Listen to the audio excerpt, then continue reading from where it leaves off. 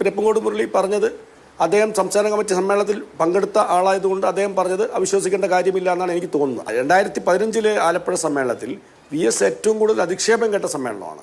ഇതല്ല, അതിനപ്പുറത്തേക്കുള്ള ആക്ഷേപങ്ങളും അധിക്ഷേപങ്ങളും ആ സമ്മേളനത്തിനകത്ത് VSനെതിരെ ഉണ്ടായിട്ടുണ്ട്. ആളുകൾ VSനെ അവിടെ ഇരുത്തി പൊരിക്കുകയായിരുന്നു. അത് സഹിക്കാൻ പറ്റാതാണ് ഇറങ്ങി വന്നാണ് ഞാൻ മനസ്സിലാക്കിയത്.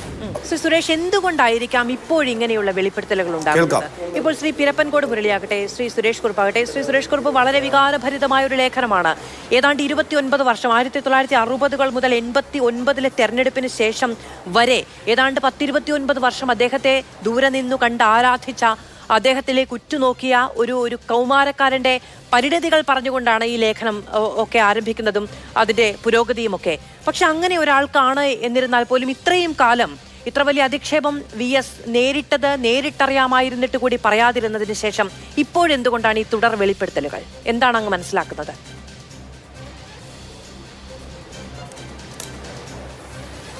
അല്ല, ഈ 2012 തിരുവനന്തപുരം സമ്മേളനം നമുക്കറിയാം. അന്ന് VSന്റെ പൊതുസമ്മേളനത്തിലെ ക്യാപിറ്റൽ പണിഷ്മെൻ്റ് പ്രയോഗം സ്വാഭാവികമായിട്ടും ഇപ്പോൾ ഈ ഇത്തരത്തിൽ ചർച്ച കൊണ്ടുവന്നത്, തുടക്കമിട്ടത് പിരപ്പങ്കോട് മുരളിയാണ്. അദ്ദേഹം സംസ്ഥാന കമ്മിറ്റി അംഗമാണ് ആ സമയത്ത്. സ്വാഭാവികമായിട്ട് അദ്ദേഹം സംസ്ഥാന കമ്മിറ്റി അംഗമായതുകൊണ്ട് തന്നെ നമുക്കറിയാം CPMന്റെ സംസ്ഥാന സമ്മേളനങ്ങളിൽ ജില്ലയിൽ നിന്നുള്ള തിരഞ്ഞെടുക്കപ്പെട്ട പ്രതിനിധികളും അതുപോലെ തന്നെ സംസ്ഥാന കമ്മിറ്റി അംഗങ്ങളും മാത്രമാണ് പങ്കെടുക്കുക. സ്വാഭാവികമായിട്ടും പിരപ്പങ്കോട് മുരളി പറഞ്ഞത് അദ്ദേഹം സംസ്ഥാന കമ്മിറ്റി സമ്മേളനത്തിൽ പങ്കെടുത്ത ആളായതുകൊണ്ട് അദ്ദേഹം പറഞ്ഞത് അവിശ്വസിക്കേണ്ട കാര്യമില്ല എന്നാണ് എനിക്ക് തോന്നുന്നത്. ആര് പറഞ്ഞു എന്നതിനെക്കുറിച്ച് എനിക്ക് ആധികാരികമായിട്ട് വിവരമില്ല. ഞങ്ങളെപ്പോലുള്ള ആളുകൾക്ക് സമ്മേളനത്തിനകത്ത് പ്രവേശനമില്ല. അതുകൊണ്ട് തന്നെ അതിനെക്കുറിച്ച് ആധികാരികമായിട്ട് പറയാൻ ഞാൻ ആളല്ല. എങ്കിലും അത് അത്തരത്തിൽ പ്രയോഗം ഉണ്ടായെന്ന് മാധ്യമങ്ങൾ പറയുകയും അതിനുശേഷം VS അതിന് മറുപടി പറയാൻ പൊതുസമ്മേളനത്തിൽ തയ്യാറാവുകയും ചെയ്യുകയാണ്. സ്വാഭാവികമായിട്ടും ഒരു പൊതുസമ്മേളന ചർച്ചയിൽ, അതായത് ഗ്രൂപ്പ് ചർച്ചയിൽ വരുന്ന കാര്യങ്ങളാണ് പൊതുചർച്ചയിൽ അതാത് ജില്ലയിൽ നിന്നുള്ള തിരഞ്ഞെടുക്കപ്പെട്ട ആളുകൾ പൊതുചർച്ചയിൽ പങ്കെടുക്കുക സമ്മേളനങ്ങളിൽ. അതാണ് സംഘടനാ രീതി.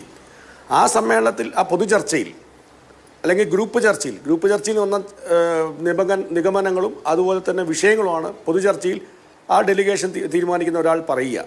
ആ ഗ്രൂപ്പ് ചർച്ചയിൽ അത്തരത്തിൽ VSനെ ക്യാപിറ്റൽ പണിഷ്മെൻറ്റ് നടത്തണമെന്ന് പറഞ്ഞതായിട്ട് അറിവില്ല.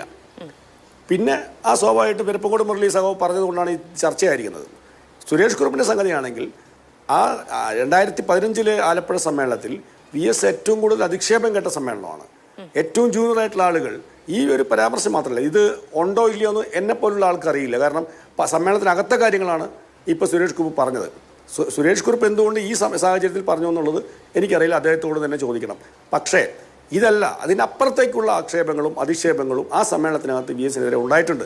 VS വളരെ മാനസികമായ വിഷമത്തോടു കൂടിയാണ്, വ്യതയോടുകൂടിയാണ്. നിങ്ങൾക്കറിയാം, 1964 പാർട്ടി രൂപീകരിക്കാൻ വേണ്ടി നാഷണൽ കൗൺസിൽ ഇറങ്ങി വന്ന 32 ആളുകളിൽ ഒരാളാണ് സഖാവ് VS. ആ 32 ആളുകൾ ചേർന്നിട്ടാണ് കമ്മ്യൂണിസ്റ്റ് പാർട്ടി മാർക്സിസ്റ്റ് എന്ന ഏറ്റവും മഹാപ്രസ്ഥാനം ഉണ്ടായത്.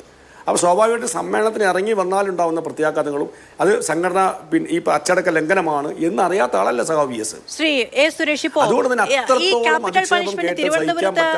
തിരുവനന്തപുരത്ത് അങ്ങനെ ഒരു വിമർശനം ഉണ്ടായിട്ടുണ്ട് തുടങ്ങിയ കാര്യങ്ങളൊക്കെ എല്ലാ കാലത്തും നമ്മൾ എല്ലാവരും കേട്ടിട്ടുള്ളതാണ്. അങ്ങനെയൊക്കെയാണ്. പക്ഷെ ആലപ്പുഴ സമ്മേളനത്തിൽ നിന്ന് VS ഇറങ്ങി വന്നതുമായി ബന്ധപ്പെട്ട് ഇത്തരത്തിലൊരു പരാമർശം ഇന്നിപ്പോൾ സുരേഷ് കുറുപ്പിന്റെ ഈ ലേഖനം വരുമ്പോഴാണ് ഞാൻ കേൾക്കുന്നത്. അത് എൻ്റെ പരിമിതിയായിരിക്കാം ഒരു പക്ഷേ. നിങ്ങളൊക്കെ അന്നു തന്നെ അതുമായി കേൾക്കുകയോ അതിലൊക്കെ ചർച്ചകൾ ഉണ്ടാവുകയോ ഒക്കെ ചെയ്തിട്ടുണ്ടോ? ഇല്ല, ഈ ക്യാപിറ്റൽ പണിഷ്മെന്റ് എന്നുള്ള വാചകം ആലപ്പുഴ സമ്മേളനത്തിൽ ആര് പറഞ്ഞു എന്നതിനെ കുറിച്ച് ആധികാരികമായിട്ട് പറയേണ്ടത് സുരേഷ് കുറുപ്പാണ്. ഞാൻ പറഞ്ഞത് തിരുവനന്തപുരം കേട്ടിരുന്നോ?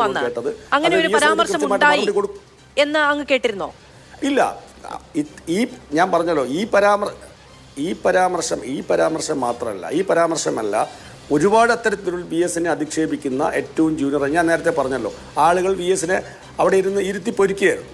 അത് സഹിക്കാൻ പറ്റാതാണ് ഇറങ്ങി വന്നാണ് ഞാൻ മനസ്സിലാക്കിയത്.